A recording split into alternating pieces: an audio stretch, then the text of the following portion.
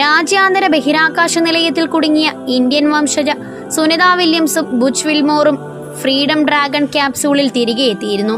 വലിയ നേട്ടങ്ങളും പ്രശസ്തിയും തേടിയെത്തുമെങ്കിലും ശാരീരിക മാനസികാരോഗ്യത്തെ കാര്യമായി ബാധിക്കുന്നതാണ് ബഹിരാകാശ നിലയത്തിലെ ഈ ദീർഘകാലവാസം. ബഹിരാകാശ സാഹചര്യങ്ങളുമായി ദീർഘനേരം സമ്പർക്കം പുലർത്തുന്നത് രണ്ട് ബഹിരാകാശ യാത്രികരിലും പരിശീലനത്താലും ആരോഗ്യ പരിരക്ഷകളാലും മറികടക്കാനാവുന്ന അവസ്ഥകളും അതേപോലെ ശാശ്വതമായ ചില പ്രശ്നങ്ങളും ഉണ്ടാകുവാനിടയുണ്ട്. ഭൂമിയിൽ നിന്ന് വ്യത്യസ്തമായി ഉയർന്ന ഊർജമുള്ള കോസ്മിക് വികിരണങ്ങളിൽ നിന്ന് മനുഷ്യർക്ക് ബഹിരാകാശം സ്വാഭാവിക സംരക്ഷണം നൽകുന്നില്ല.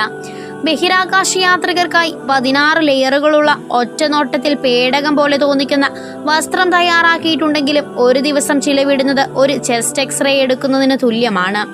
9 മാസത്തിനുള്ളിൽ സുനിത വില്യംസിന് ഏകദേശം 270 ചെസ്റ്റ് എക്സ്റേകൾക്ക് തുല്യമായ റേഡിയേഷൻ അളവ് ഏൽക്കേണ്ടി വന്നിട്ടുണ്ടാകുമെന്നാണ് കണക്കുകൂട്ടലുകൾ. ഉയർന്ന അളവിലുള്ള വികിരണങ്ങൾക്ക് ദീർഘനേരം വിധേയമാകുന്നത് രോഗപ്രതിരോധ ശേഷിയെ ദുർബലപ്പെടുത്തുകയും ശരീരകലകൾക്ക് കേടുപാടുകൾ വരുത്തുകയും വിവിധ രോഗങ്ങൾക്കുള്ള സാധ്യത വർദ്ധിപ്പിക്കുകയും ചെയ്യുന്നു. ബഹിരാകാശ യാത്രികർക്ക് പ്രതിമാസം അസ്ഥികളുടെ പിണ്ഡത്തിന്റെ 1% നഷ്ടപ്പെടാം, പ്രത്യേകിച്ച് നട്ടെല്ല്, ഇടുപ്പ്, തുടയെല്ല് എന്നിവയിൽ. ഇത് തിരിച്ചെത്തുമ്പോൾ ഒടിവുണ്ടാകുവാനുള്ള സാധ്യത വർദ്ധിപ്പിക്കുന്നു. ഇതിനെ പ്രതിരോധിക്കുവാൻ അവർ കഠിനമായ വ്യായാമ ദിനചര്യ പിന്തുടരുന്നു. ഇത് അവരുടെ ദൗത്യത്തിനിടയിൽ ശക്തിയും അസ്ഥികളുടെ ആരോഗ്യവും നിലനിർത്തുവാൻ സഹായിക്കുന്നു. ഭൂമിയിൽ തിരിച്ചെത്തിയാലും അസ്ഥികളുടെ സാന്ദ്രത പൂർണ്ണമായി വീണ്ടെടുക്കുവാൻ വർഷങ്ങളെടുക്കും. ചില സന്ദർഭങ്ങളിൽ ബഹിരാകാശ യാത്രികർക്ക് ദൗത്യത്തിനു മുമ്പുള്ള അസ്ഥികളുടെ ശക്തി ഒരിക്കലും വീണ്ടെടുക്കുവാൻ കഴിയില്ല. ഇത് പിന്നീടുള്ള ജീവിതത്തിൽ ഓസ്റ്റിയോപൊറോസിസ്, ഒടിവുകൾ എന്നിവയ്ക്കുള്ള സാധ്യത വർദ്ധിപ്പിക്കുന്നു. ബഹിരാകാശ യാത്രികരുടെ നട്ടെല്ല് നീളുന്നതിനനുസരിച്ച് ബഹിരാകാശത്ത് 2 ഇഞ്ച് ഉയരം കൂടും. പക്ഷേ ഭൂമിയിൽ തിരിച്ചെത്തിക്കഴിഞ്ഞാൽ ഈ താൽക്കാലിക ഉയരവർദ്ധനവ് അപ്രത്യക്ഷമാകും. പലപ്പോഴും ഇത് നടുവേദനയ്ക്കും കാരണമാകും.